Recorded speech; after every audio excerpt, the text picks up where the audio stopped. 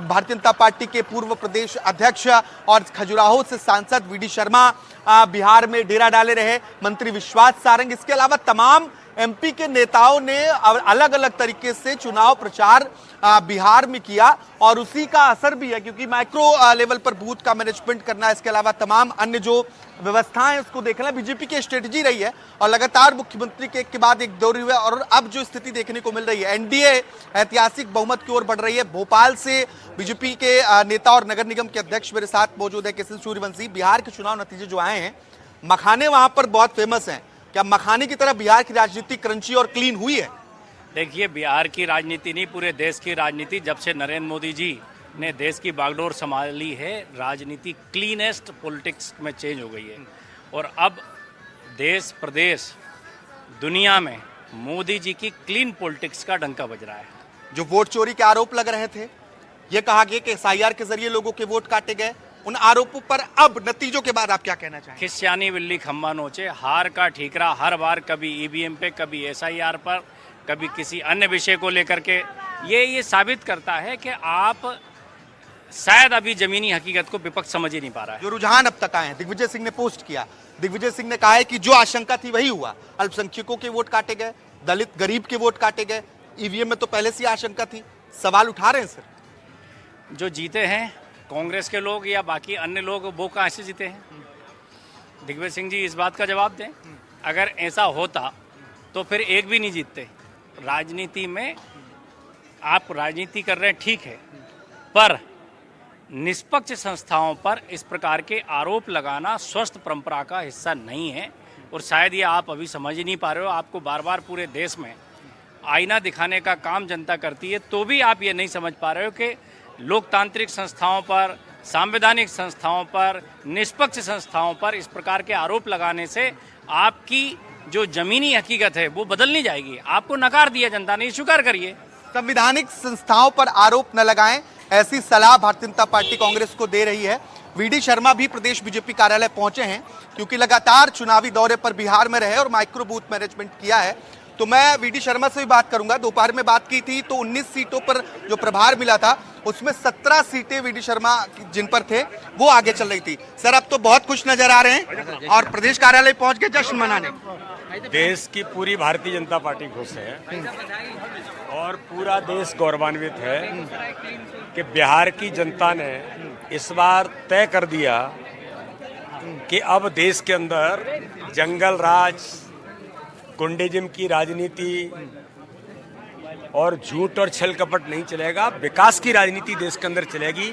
जो मोदी जी ने बिहार में विकास किया, मोदी जी ने हर गरीब के जीवन को बदलकर उसके जीवन में खुशी लाने का काम किया, उसको जनता ने आशीर्वाद दिया। दिग्विजय सिंह रुझानों के बाद ये कह रहे हैं कि जो आशंका थी वही हुआ, दलितों के देश के अंदर इनसे बड़ा झूठा कोई है क्या?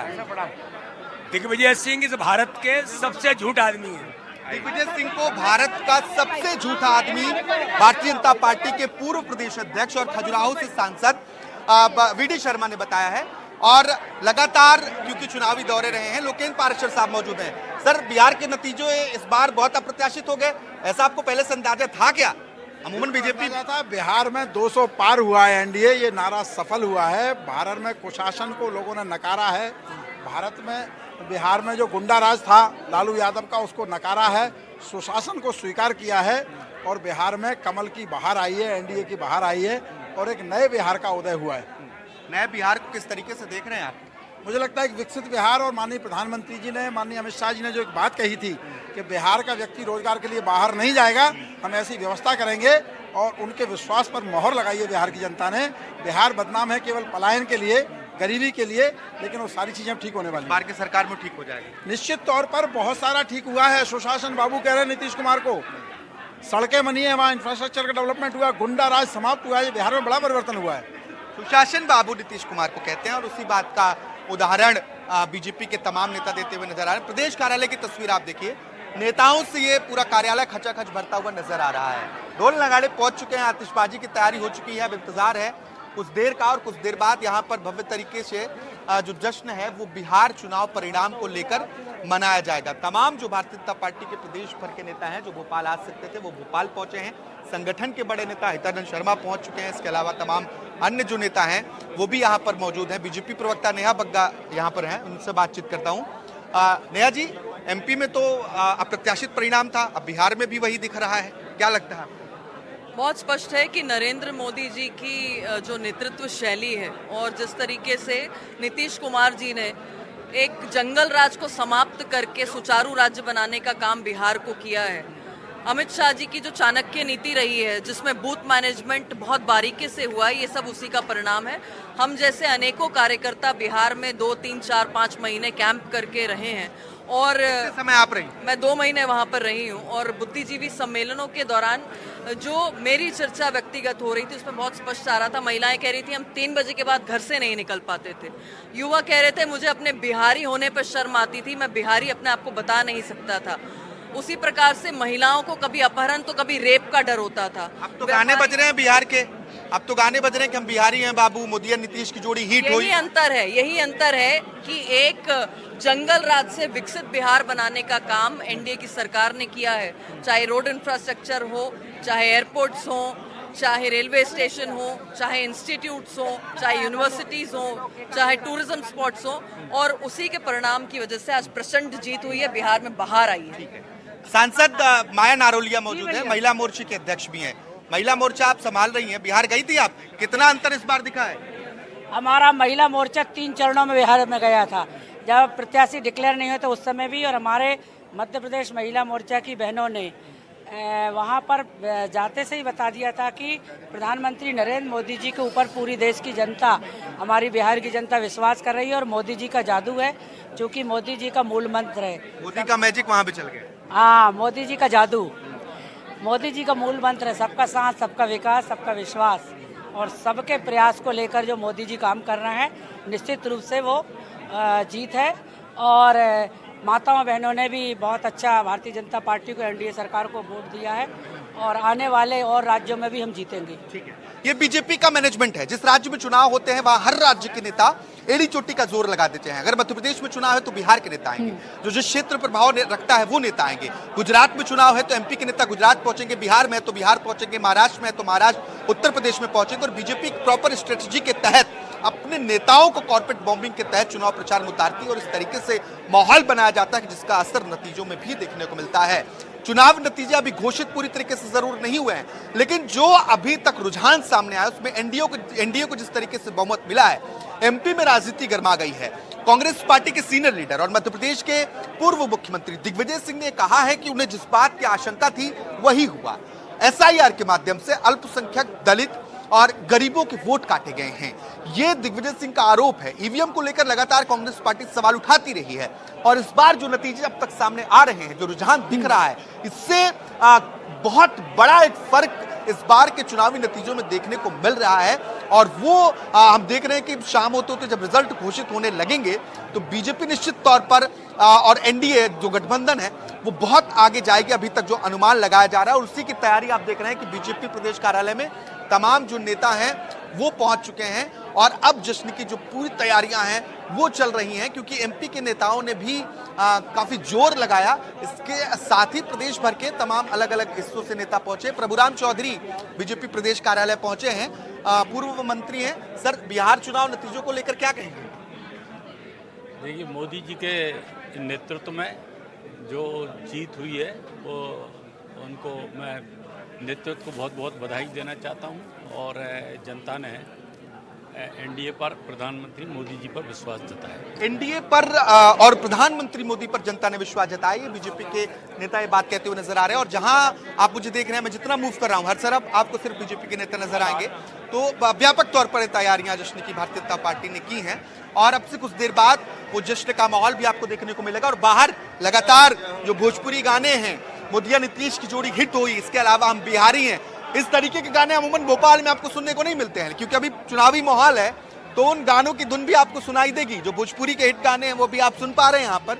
और बकाया एकदम लग रहा है कि आप पटना में खड़े हैं या बेगूसराय में कहीं खड़े हैं, इस तरीके का माहौल बनाने की कोशिश भारतीय जनता पार्टी ने कर दी है। तमाम अलग अलग मोर्चे के जो लोग हैं, चाहे वो महिला मोर्चा हो या फिर भारतीय जनता पार्टी के जो तमाम अन्य वरिष्ठ नेता हैं, वो भी पार्टी कार्यालय में पहुंच चुके हैं। जी तो बिल्कुल बिहारी रंग इस वक्त भोपाल में दिख रहा है और ऐसा लग रहा है जैसे कि हम बिहार में हैं। आकाश देखिए, जैसा कि हम जिक्र कर रहे थे कि ऐतिहासिक बहुमत की तरफ रुझानों में हम देख रहे हैं, तो देखिए कमाल का नेतृत्व यहाँ पर आज शानदार रणनीति रही और शायद उसी का ही नतीजा है कि रुझानों में एनडीए देखिए आगे तो नजर आ रही है। और गौर करने वाली बात यह भी है आकाश की, यहाँ पर बीजेपी के अकेले अगर हम बात करें तो बीजेपी भी एक बहुत बड़ी पार्टी बनकर उभरी है अगर पिछले चुनाव के नतीजों की बात की जाए तो। बिल्कुल, निश्चित तौर पर भारतीय जनता पार्टी के लिए बहुत बड़ी बात है। बिहार जैसे राज्यों में जब एक बड़ी राजनीतिक पार्टी के तौर पर उभरना, भले ही गठबंधन की सरकार बने, लेकिन जो सीटें भारतीय जनता पार्टी के खाते में जा रही हैं, उससे कहीं ना कहीं भारतीय जनता पार्टी न सिर्फ आंतरिक रूप से मजबूत हो रही है, बल्कि सरकार में भी मजबूत स्थिति में भारतीय जनता पार्टी रहेगी। और यही वजह है, जैसा मैंने पहले जिक्र किया, कि एक सोची समझी रणनीति के तहत भारतीय जनता पार्टी चुनाव लड़ती है। जितना मैंने भारतीय जनता पार्टी को कवर किया है, चाहे वो नगरीय निकाय चुनाव हो, विधानसभा के चुनाव हो या लोकसभा के चुनाव हो, किसी चुनाव को छोटा नहीं माना जाता है। इन सभी चुनावों में बड़े से बड़े नेता, छोटे से छोटे नेता की जिम्मेदारी तय की जाती है। मुख्यमंत्री से लेकर बूथ लेवल एजेंट तक की, बीएलए तक की जो जिम्मेदारी है वो तय होती है। और यही वजह है कि जब चुनाव प्रचार का हम एक रोड मैप देखते हैं, किस तरीके से एक के बाद एक प्रभावशाली नेताओं को उतारा जाता है। इसे अमूमन जो चुनावी प्रचार प्रसार है उसकी भाषा में कारपेट बॉम्बिंग कहा जाता है। जो बड़े प्रभावशाली नेता हैं, एक के बाद एक उनकी सभाएं, उनकी रैलियां होती हैं। ये बिहार चुनाव में भी हमने देखा, चाहे वो एमपी के नेताओं की बात हो या फिर क्योंकि यादव फैक्टर आप देखेंगे तो मुख्यमंत्री डॉक्टर मोहन यादव के लगातार दौरे हुए एक दिन में 3-3, 4-4 जनसभाएं हुई हैं। उत्तर प्रदेश के मुख्यमंत्री योगी आदित्यनाथ लगातार पहुंचे, तमाम अन्य राज्यों के नेताओं को भेजा गया। वीडी शर्मा जैसे नेता जो एमपी में बेहतर बूथ मैनेजमेंट के लिए जाने गए, क्योंकि बीते चुनाव में मध्य प्रदेश में बीजेपी को विधानसभा चुनाव में ऐतिहासिक बहुमत 166-163 के आसपास जो सीटें मिली, एग्जैक्ट आंकड़ा मुझे याद नहीं आ रहा है, ये बहुत बड़ा आंकड़ा है मध्य प्रदेश के लिहाज से। लोकसभा की बात करें, एमपी में 29 सीटें भारतीय जनता पार्टी जीती, एक सीट जो कांग्रेस के पास थी वो भी छिटक गई। तो ऐसे नेताओं को बूथ मैनेजमेंट के लिए लगाया जाता है, चाहे वो प्रदेश प्रभारी हो, संगठन के नेता हो। इन सभी नेताओं को बूथ मैनेजमेंट के लिए माइक्रो लेवल पर जो मैनेजमेंट बहुत महत्वपूर्ण चुनाव में बूथ को मैनेज करना होता है, बीएलए को वहां पर मौजूद रखना होता है, वोटर लिस्ट पर निगरानी रखना, किसी तरीके से आप जो पार्टी के समर्थित लोग हैं उनका वोट ना कटे, वोटिंग सुचारू तरीके से हो और मतदाता तक आसानी से एक नेता पहुंचे। ये बहुत जिम्मेदारी का काम होता है और ये मैनेजमेंट भारतीय जनता पार्टी से सीखने लायक है, खासतौर पर चुनावी समय में, चाहे वो निकाय चुनाव हो, पंचायत के चुनाव हो। हालांकि पंचायत के चुनाव पार्टी या दलगत आधारित नहीं होते हैं, लेकिन निकाय, विधानसभा और लोकसभा के जो चुनाव होते हैं इसमें बीजेपी बहुत बेहतर तरीके से ये बूथ मैनेजमेंट और चुनावी मैनेजमेंट का तरीका जानती है। और इसका नतीजा कहीं ना कहीं हमें रिजल्ट्स में देखने को मिलता है जब चुनाव की घोषणाएं होती हैं, जब रिजल्ट्स आते हैं, क्योंकि तैयारियां घोषणा से पहले शुरू हो जाती है। वो हमने एमपी में भी देखा है, हमने बिहार में भी देखा है, हमने उत्तर प्रदेश में देखा है, हमने महाराष्ट्र में देखा है, कई राज्यों में इसका बड़ा उदाहरण देखने को मिला। अगर खास तौर पर हम एमपी की बात करें तो जिस तरीके से मैंने जिक्र किया कि चाहे वो विधानसभा का चुनाव हो या लोकसभा का चुनाव हो, एमपी में दोनों जगहों पर ऐतिहासिक बहुमत के साथ भारतीय जनता पार्टी की वापसी होती है। ये बहुत बड़ी बात है, क्योंकि जो चुनावी माहौल था वो कहीं ना कहीं बिगड़ा हुआ था, वो माहौल विपक्षियों के खेमे में जा रहा था। अब देखिए तमाम जो नेता हैं वो जश्न मनाने के लिए निकले हैं और वो तस्वीरें भी हम आपको दिखा रहे हैं। भारतीय जनता पार्टी के प्रदेश अध्यक्ष हेमंत खंडेलवाल हैं, इसके साथ ही पूर्व वीडी शर्मा भी हैं। सर, चुनावी नतीजों को लेकर क्या कहेंगे?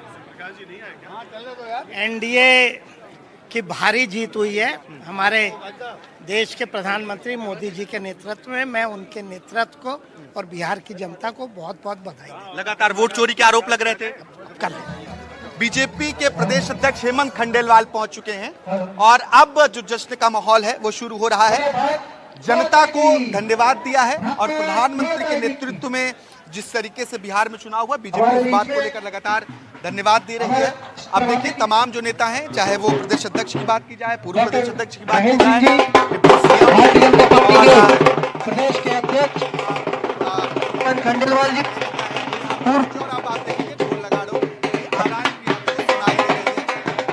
हेलो,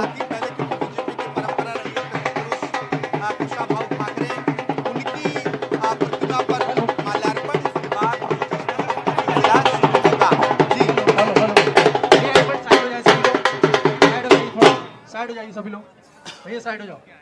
बोलिए भारत माता की, भारत माता की, भारतीय जनता तो आकाश ये तस्वीरें हमें दिखा रहे थे जहां पर ढोल नगाड़ों की गूंज अब सुनाई दे रही है और जश्न यहां पर शुरू हो चुका है। बहुत बहुत शुक्रिया आकाश हमें ये तस्वीरें दिखाने के लिए।